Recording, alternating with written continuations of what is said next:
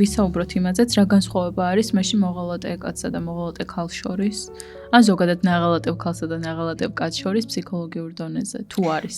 დავიწყოთ იქიდან, რომ განსხვავება უშუალოდ ალბათ არის ემოციურ მდგომარეობაში, ოღონდ არა იმ კუთხით, რომ თქვათ, რომელს უფრო მეტად ანაკლებად ტკივა, იმიტომ რომ თვითონ უშუალოდ ღალატის შემდგომ ადამიანი თავის თავაცხადია ძალიან დიდ ტკივილს განიცდის. და ვიტყვი იმას, რომ ქალსაც და მამაკაცსაც ერთნაირად ტკივა, მაგრამ აქ არის გამოხატულება უფრო ვიტყოდი და ამასაც ავხსნი რატო. აი ზუსტად რაც წეგან ვისაუბრეთ, ჩვენი ასე ვთქვათ საგვარეულო ისტორიიდან გამომდინარე, ასე თუ ისე ქალბატონები და რაც შენ თქვი, რომ თითქოს გონიათ, რომ მამაკაცი მეტად მოღალატეა. ეს არის რეალურად ქალში ჩადებული.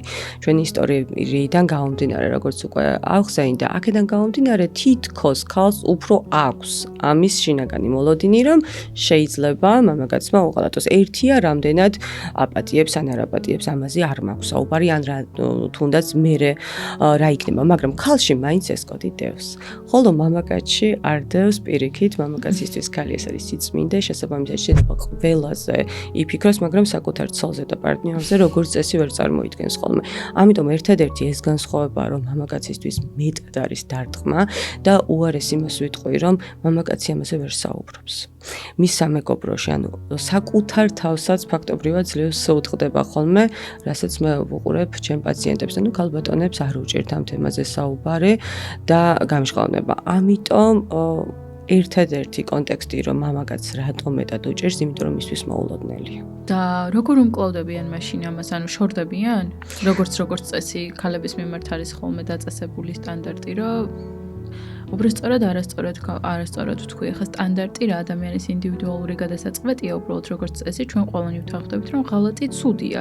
და შესაბამისად, თუ ადამიანი ღალატობს და ცუდად გექცევა, ლოგიკური პასუხია ამაზე, რომ აღარ გინდოდეს იმ ადამიანის გვერდით ყოფნა, თუმცა ჩვენს რეალობაში ქალები მაინც რჩებიან მოღალატე კაცების გვერდით, ხო? და პირიქით კაცი, როდესაც დგება იგივე სიტუაციაში, როგორი რეაქცია აქვს? საინტერესო კითხვა. პირველი იმას ვიტყვი, რომ მაინც არ რჩებიან. ზოგი რჩება, მაგრამ ზოგი არა. მე ხო ახლა ამ შემთხვევაში ჩემ პაციენტებზე ვსაუბრობ, ამიტომ ყველას არ შევეხები, მაგრამ ქალბატონებს ვიძახი, ანუ ყველა არ არის ესე. უკვე არის ის მდგომარეობა, რომ აღარ რჩებიან. კიდევ მეურდები, რომ არა ყველა, მაგრამ აი მამაკაცის შემთხვევა სხვა არის. მამაკაცს როგორც წესი, უკვე აღარ აქვს ის მომენტი დაიბრუნოს თუ არ დაიბრუნოს, იმიტომ რომ ქალი როდესაც მიდის და ღალატობს, ის თავად მიდის ხვდები, იმიტომ რომ ქალის ღალატი არის ემოციური. ქალი ღალატობს მაშინ თუ კი შეუყვარდა. ამიტომ ეს მამაკაცი უკვე ვეღარ ციბრუნებს, მაგრამ არის ხოლმე რა თქმა უნდა მცდელობა რომ დაიბრუნონ. ეს არის განსხვავება.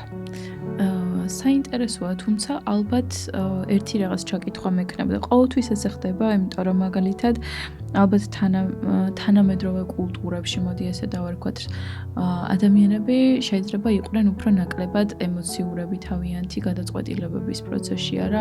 ან ზოგ შეიძლება ღია ურთიერთობა გქონდეს საერთოდ და მათთვის ეს რაღაცა ნორმა იყოს.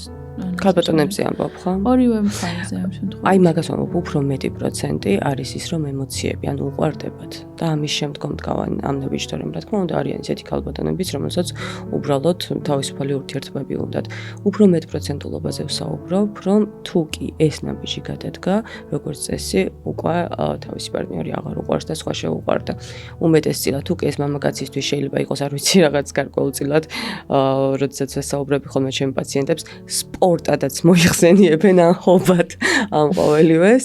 შესაბამისად, როგორც წესი, არც აქვთ ხოლმე სურვილი, რომ ოჯახი დაანგრიონ და ქალბატონების შემთხვევაში სხვა არის.